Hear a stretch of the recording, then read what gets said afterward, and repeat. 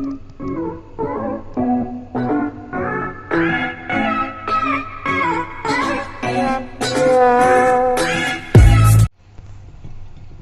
these are kimchi pizza, guys.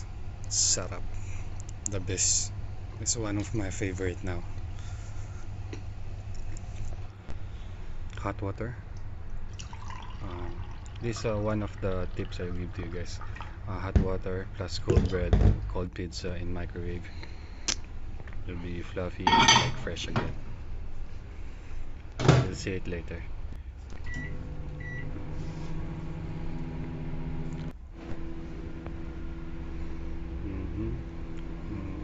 Merienda, ayun, merienda.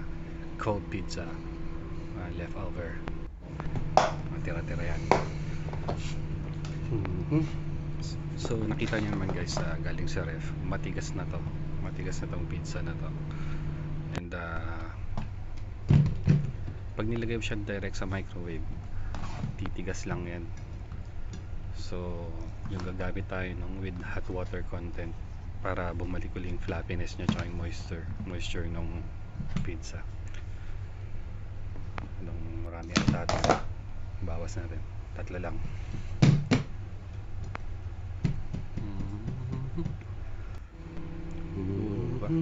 Lagyan natin whisk, lagyan natin ito cream cheese and kimchi, Korean kimchi.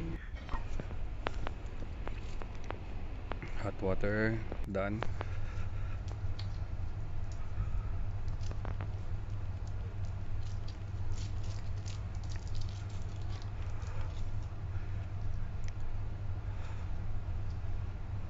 It's the first time I did this, guys, and napakasarap. Wala lang, imbento lang, isip-isip lang ng mga twist, pero pag nasubukan nyo to, nako, baka lagyan nyo na ng kimchi lagi yung pizza nyo. Yan, put some more cream cheese.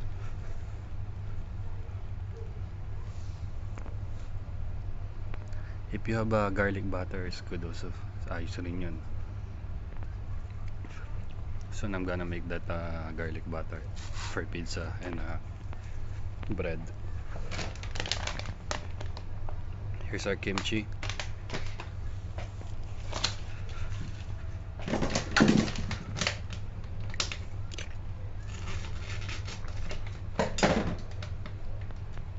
I'll just put some so it will not be diba, yung ma-overpower ng kimchi yung pizza. Babalance natin. So sakto lang ilalagay natin. But it's up to you. Kung ikaw naman kakain, kung gusto mong lagyan ng 1 kilong kimchi yan, ilagyan mo 1 kilo. Kung gusto mo kakaperanggot, ilagyan mo kaperanggot. It's up to you because you're the ones gonna eat that one. For me, ito balance lang.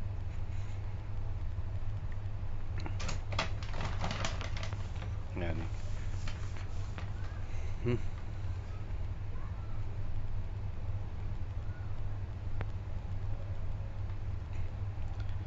Iba yung lasa ng kimchi sa talaga nagko-complement siya sa ham, sa cheese. Sarap. Basta mamaya makikita nyo. Ito na, here's our kimchi pizza, ready for microwave na yan. Here's our hot water.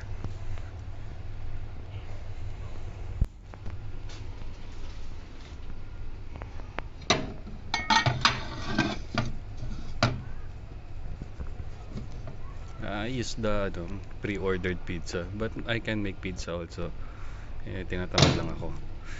Sa susunod gagawa tayo ng pizza. Gagawa tayo ng handmade. It's done. Usok-usok pa yung tubig. Pwede mo rin gamitin sa kape yan.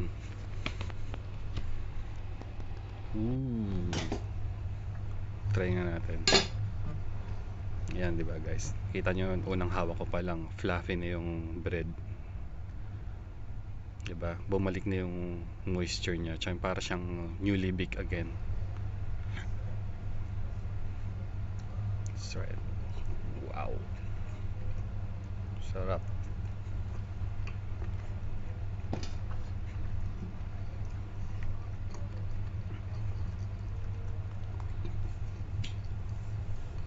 Saktong-sakto yung lasa niya dun sa ano, sa meats, sa processed meat, tsaka yung kimchi and the cheese and the tomato sauce, pizza sauce with the cream cheese. Nako, uulit-ulitin mo to pag ginawa mo yan. Promise guys, sarap.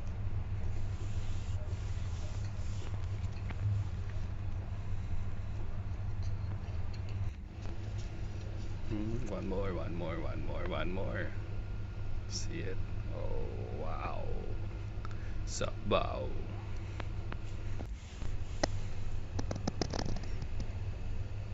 Here's the aloha. The Hawaiian pizza with kimchi. Oh, di ba?